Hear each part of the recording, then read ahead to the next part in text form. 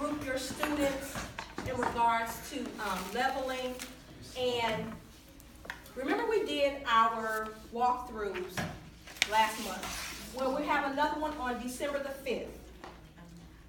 Yeah, December the 5th is the next one that they're going to come through and walk through our classes one more time.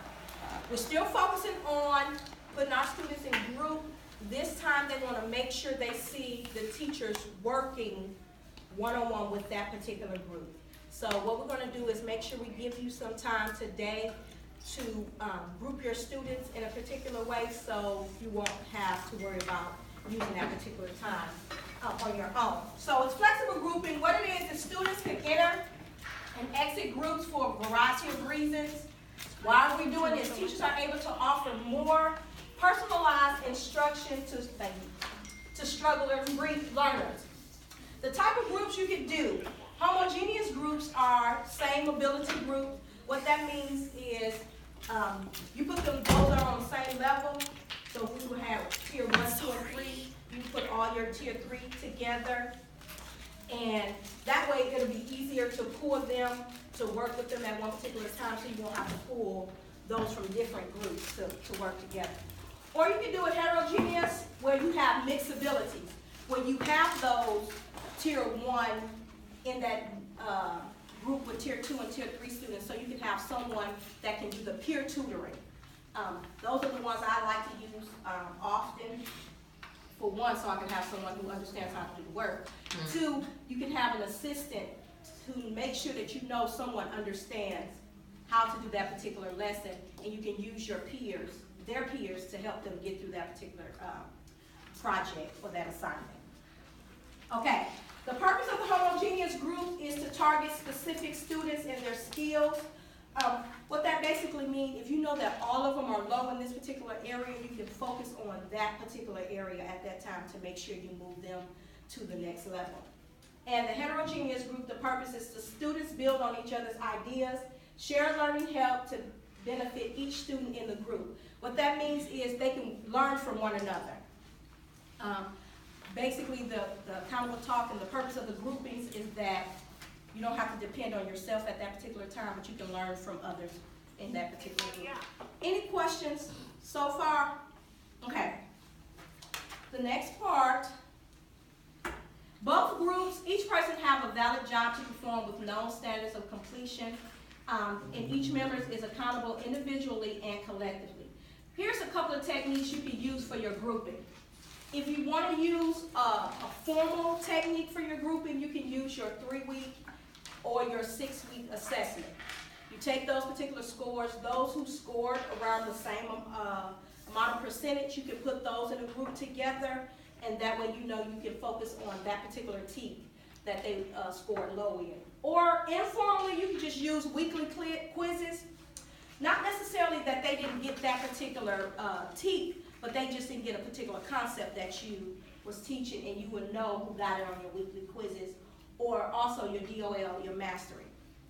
Whoever masters on the DOL that you give that particular day, you can just choose a DOL for that week, one out of that week, and say, okay, I'm going to use and see who scored above 70 on this particular point, and then those who score below, those are the ones that you will work with. Basically, that's what we're going to focus on today. What has been given to you are, we went to, Ms. Johnson went to All in Learning, and she pulled up this last 6-week assessment, but it would have taken too much to pull each teacher because we all have 6 classes. So what she did was just pull all of the students from your particular grade level, and it's highlighted. If you look at your forms, as you can see, the red is a lot of red on all the forms. So what that means is we have a lot of tier 3 students. So it's hard to put tier 3 students together and work with each group at a certain particular time. So we came up with a little scheduling that you could do. You don't have, you can name your groups anyway. You can label them 1, 2, and 3. This group are named R&B and Bachata. I guess that's what that is. Bachata. Okay,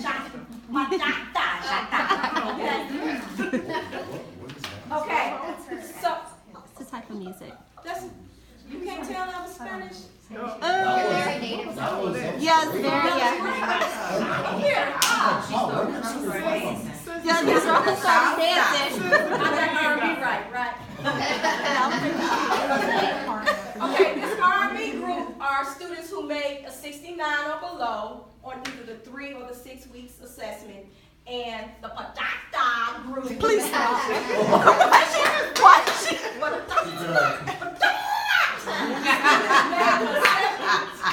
Between the 70 and 84 on either the 3 or the 6 weeks. So, what I did, this is just an example of what you can do when it's time for you to work with your groups when you're pulling them. So, let's say you're introducing a particular concept and it's a reteach or something, and you're doing on Monday. You know you're going to work with the R&B group because they scored below. They're going to need the most work, okay? So you may have more than one R&B group. So you leave that open so you can meet with your R&B groups at a certain amount of time. Tuesdays, you really want to check on the bachata group to make sure that they have it. I can't say that. Bachata. Bachata. Bachata. Okay, just keep. Yeah. Let's go. B-A-C-H-A-T-A. This is the B group. Yeah. Yeah, this R&B, this is B. There we go. You want to make sure you check in on them to make sure that they're grasping the concept and they're going in the direction that you want them to go in. So you just check in on them, but you're still focusing on your R&B group. You leave Wednesday open as a flex day. It may be one that you want to make sure you want to go around and hit everybody, just spend a little time with them, or it might be a day that you just want them to work independently without your assistance. And then you have Thursday, you hit both groups that particular day to make sure they're prepared for that common assessment day on Friday. Now, this is not like etched in stone. This is just an idea or an example of how you could do it. What I'm thinking is you want to meet with them at least twice a week. That would be a good idea. I think you may need to get with your administrator to make sure, you're hitting the amount of times that, they feel is feasible for you to work with your particular group. Yes, ma'am. Is it okay if you're introducing a newer skill and you want to stay at that station, then you hit every group, and I like to do the heterogeneous groups, but if you're working with every group throughout the week on that specific skill because that's the newest skill and the one they're struggling the most with, that's fine? Yeah, I think that's a good idea. Make sure, if you're getting observed, your administrator know that that's what you're doing. Okay. Also, when we get observed on December the 5th, when they come in, make sure you're working with a group at that particular time. When you see them come in, make sure you inch your way to a group to where, even if you're not set up to work with them, pull up a chair and make sure you're working with that particular group as they're working in their groups.